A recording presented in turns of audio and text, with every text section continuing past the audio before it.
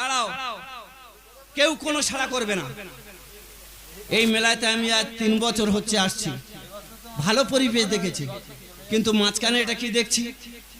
Volunteer দাদা ভাই একজন উঠে আসুন তো।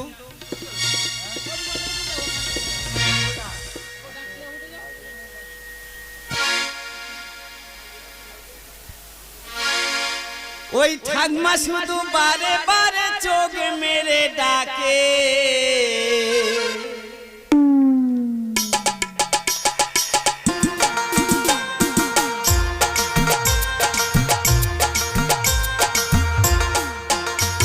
ওই ঠাকমা শুধু বারে বারে চোখ মেরে ডাকে, বলে আয়না কাছে গরম দুধ খেতে দেব তোকে।